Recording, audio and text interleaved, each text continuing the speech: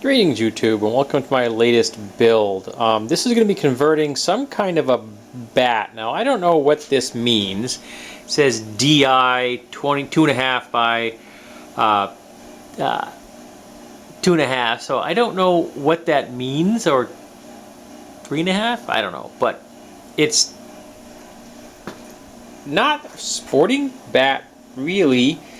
It's got this weird kind of double lanyard hole. I don't know, but I picked it up for like $3 at a flea market. And so what I'm going to do is, my plan works out, so I'm going to put 5 of these through it, and I'm going to mount these all the way through and then cut them off here and then grind more tips on the other ends. Those tips are going to stay just like they are now, and I'm going to grind some tips on the other end after having positioned them equally in there. And I'm going to be putting 5 of these in. I'm going to put 3 in these 3 holes, and then when I get those 3 holes done, I will then put 2 more 90 degrees to that. Now, one of the problems I've had with working with a round object, particularly a round tapered object, this is a round tapered object, is finding the center line is sometimes difficult. So then it occurred to me that I have measuring tools that will let me find the center of a cylinder like this. So I put a screw in here, which is I'm going to be removing. This is just a placeholder. And then I just put a string here, and I've just taped it in place, and that gives me a straight line to take a measurement off of. And once I get those 3 holes drilled, I'm going to rotate this 90 degrees before I start the drilling. I can then line up this whole thing again, do it over again, and put the last 2. So the goal is to get them as close to 90 degrees to each other as possible. At the moment, I do not have a V-block for drilling holes. I have actually ordered a V-block, but unfortunately the V-block is back ordered up until May. At the time of this filming, it is April 9th. So, not getting my V-block until May, probably because with the COVID-19, they have a manpower issue. They just don't have the people to ship things. Kind of annoying, because it's a V-channel designed to fit into a drill press, so you can put a cylinder in there and it'll be directly underneath the drill bit, so that it will get you a nice centered hole. So at the moment I'm doing this kind of wild and free, doing this by hand. And I'll be drilling a 1/4-inch hole first, and then I'll be drilling a 7/16 hole after that, opening that hole up, and then I think that should be the right size for that bolt that I've got. Because I don't need it to be uber tight. In fact, I'm kind of not wanting it uber tight, because when you try to put a large bolt through something like this that's uber tight, you will just split the object. You have to, when you're putting that thing in there, through there, you have to be very careful. You have to listen carefully, and if the wood starts to strain at all, you stop, you back up, and then you start the whole process over again. Because if you strain it too much, you will split even a piece of hardwood like this. You'll tear it right in half. I've done this. Unfortunately, the amount of pressure that a screw can exert on a piece of wood is tremendous. Alrighty, so now I'm going to rotate this 90 degrees, and then I've already put not only red dots, but I put little starters with the awl, so I have someplace to put my drill bit. And then it's going to be a matter of drilling all the way through this. Going to setting the drill bit side to side is not the hard part. It's trying to get it level, because my drill does not have a level built into it, and there isn't any really way to easily mount one on the drill. So it's kind of doing the best I can. You know, it's never going to be perfect, but I can try. So, next step, drill holes.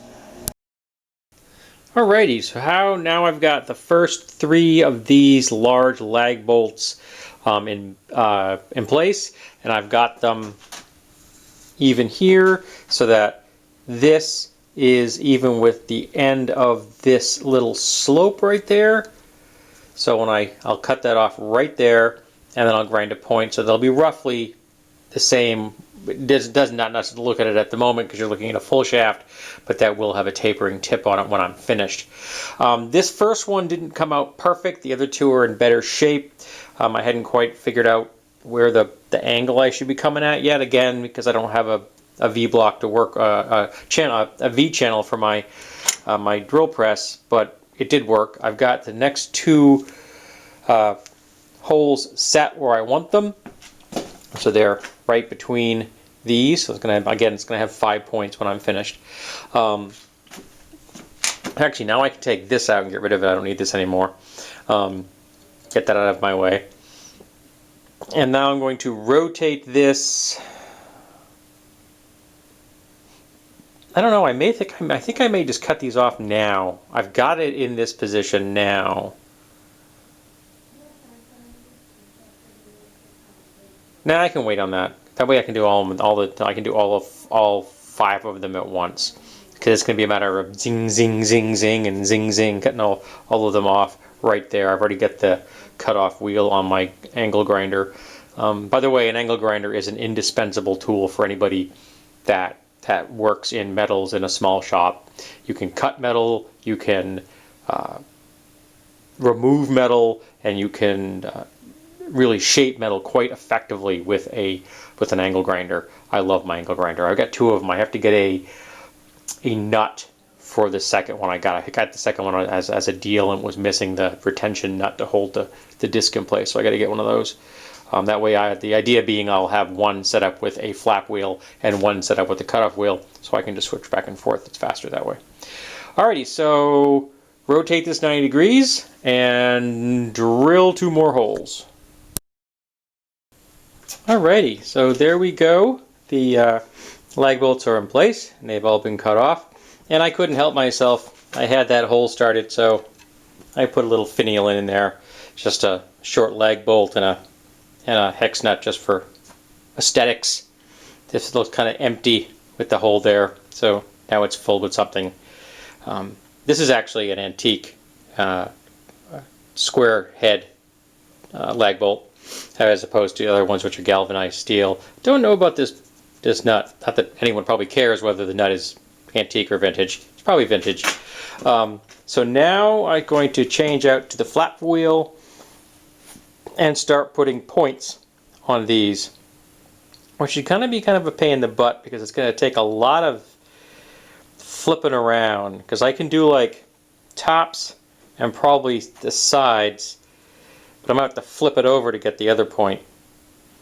But it doesn't have to be wicked sharp. I'm just kind of like going to emulate that. So that's up next. So there we go. The points are quick and dirty and brutal, but that's what I'm going for. This is a post-apocalyptic aesthetic. I'm not going for fine craftsmanship. I'm not at a fine craftsmanship stage in my career. I don't know if I ever will be. I like this brutalistic, literally brutalistic vibe on my builds. Always have, probably always will. Maybe someday I'll get into finer stuff when I have gained more confidence and more skill and better equipment, because sometimes I just need better gear. I do have a new belt. I do have a stationary sander I have to get hooked up. It needs something to sit on. I have no stand for it, and it also needs a table for the belt itself. There's no table with it. I'm gonna have to build my own. And I would like to learn how to weld, which I do not know how to do, nor do I own a welder. Alrighty, so I'm going to go outside and take some stills, take some stills, and put that up on my Instagram. And when I put up this video, I will include a link to my Instagram if you'd like to go there and look at the stills themselves. I will also post them to my DeviantArt, which will also be linked in there, which you'll be able to get higher res versions of them than you can get from Instagram.